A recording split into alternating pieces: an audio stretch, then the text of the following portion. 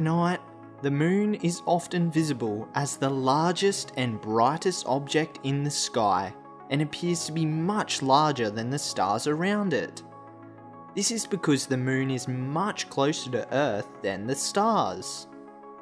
The small and sometimes faint stars you see in the night sky are much larger than the moon. They appear smaller and less bright because they are much farther away. Just as the sun's gravity causes the Earth to orbit the sun, the Earth's gravity causes the moon to orbit the Earth. It takes the moon about 27.3 days to revolve once around the Earth. It also takes the moon about 27 days to rotate once on its axis. This means the side of the moon facing the Earth is always the same. The moon is not a source of light. We see the moon in the sky because it reflects the light from the sun.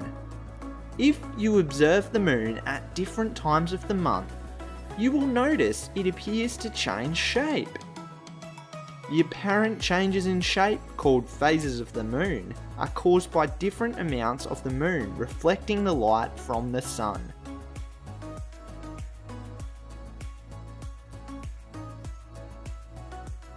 Scientists have names for the moons at different times of the month, based on the moon's movement and the amount of light it is reflecting.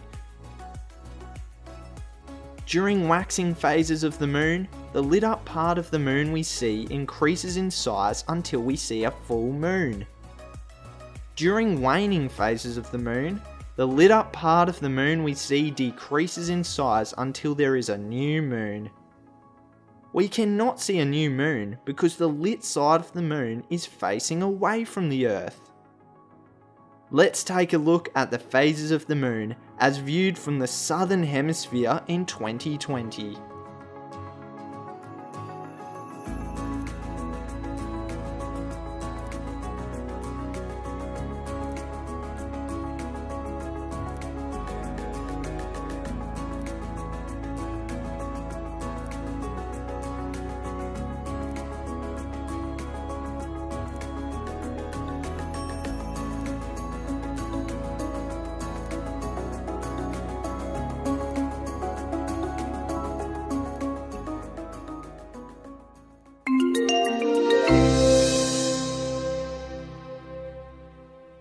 Don't forget to subscribe.